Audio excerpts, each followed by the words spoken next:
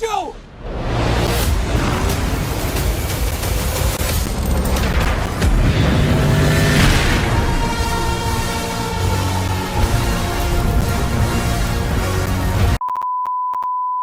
Hello everyone and welcome to my first YouTube video. Today I'm going to be giving a no spoiler review of The Batman, directed by Matt Reeves and starring Robert Pattinson as Vengeance.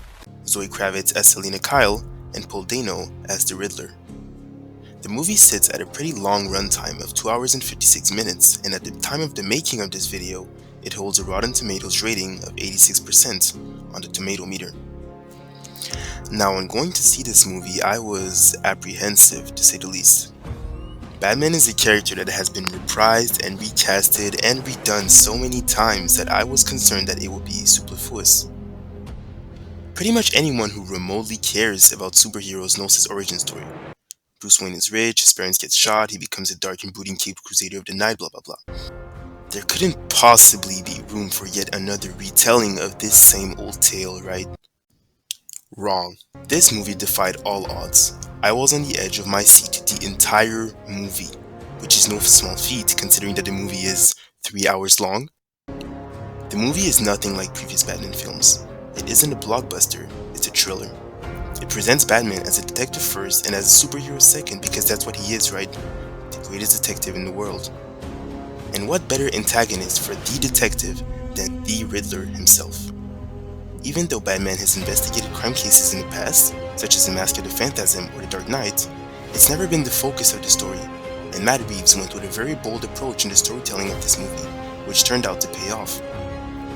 Now, in every superhero movie worth watching, there's a villain, and the villain's effectiveness in a movie relies on the influence that he has over the hero of the story. A stellar example of this is the Joker from The Dark Knight. The best Batman villains are the ones who attack at least two of the three of his mind, morals, and body, and this Riddler puts the first two to the test.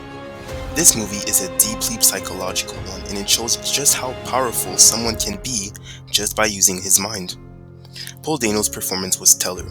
Seriously, with the influence taken from the real-life Zodiac Killer, this character is so realistically deranged it's genuinely scary. He might look innocent, but after his crimes start coming out, you realize, bro, this dude's a psychopath. Seriously, Dano managed to give me chills with a single eye movement in one scene. His acting is everything. Now, Matt Reeves decided to adopt the Marvel Cinematic Universe's approach to introducing characters by not giving us the Batman origin story for the reasons mentioned at the beginning of the video. The story is set 2 years into Bruce's career as Batman, so he's still relatively new at his job, and for that reason the Gotham Police Department doesn't trust him yet. James Gordon, however, has already developed some sort of friendship with Batman, and we see him as kind of a goody two-shoes Boy Scout cop who really wants to help solve the crime, even if it means working with a crazy guy like Batman, and he comes off as one of the most likable people in the movie. Andy Serkis as Alfred Pennyworth was also very well executed, and it felt like a nice change of pace for the actor on my part, considering that I had only seen him in antagonist roles in the past. Alfred's dynamic with Bruce is very comforting to watch, as he serves as a paternal figure to him and a stabilizer in his chaotic life. Colin Farrell's performance as the Penguin was spectacular as well, especially considering that he was unrecognizable as the character. Really, can you believe that this guy is this guy? It was almost hard to believe that that voice was coming out of him. What makes this movie so good is that the mystery at hand in the movie connects everyone in Gotham, and with so many key characters and Penguin being one of Batman's key villains, I was concerned that he would get pushed aside. But no, Penguin gets his time to shine and delivers with beautiful dialogues and a captivating car chase towards the end of the movie. Matt Reeves' attention to detail is phenomenal. Like, this man understands Batman.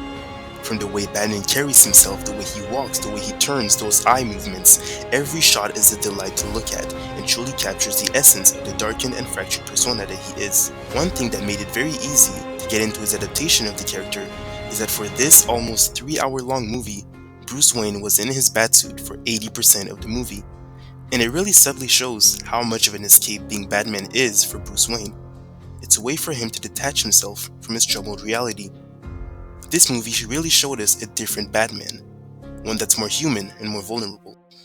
Without showing us his parents' death, we understand just how much that event has traumatized him, and every scene we see of Bruce Wayne solidifies that loss. Forget the rich billionaire playboy, this dude's a broken, sad weirdo who's both completely crippled and compelled by this unresolved trauma in a way that's crushing to watch. It's honestly painful to watch, and I love it. It's also very important that I mention how visually stunning this movie is. The cinematography is amazing. The smart contrast of saturation and darkness used by cinematographer Greg Fraser in this movie gives Gotham City a warm yet distant feel and truly immerses the viewer into the movie. Gotham City is depicted as a complete shithole, desecrated by crime and pollution, and just looks like a lost cause, and so that leaves us wondering whether Batman is fighting a losing fight. There's also a lot of toying around with the point of view you're being shown on screen, which was done intentionally to mislead the viewer and add suspense. You get a point of view of Batman, but you also get the POV of Riddler, and so there's times in the movie when you're thinking, oh good, Batman's here, he's about to save this person, and then you realize that you're in the POV of the Riddler. And so there's definitely a lot of toying around with the viewer, which I think was phenomenal. Michael Giacchino's dramatic score brings it all together and leaves us with an audiovisual masterpiece that is sure to be a classic in Batman lore and legacy for years to come. Overall, I'm going to give this movie a 9.5 out of 10. Director Matt Reeves has completely knocked it out of the park in this one in making a movie that's completely different from the others in the live-action canon, yet manages to carve out for itself a memorable place in our minds.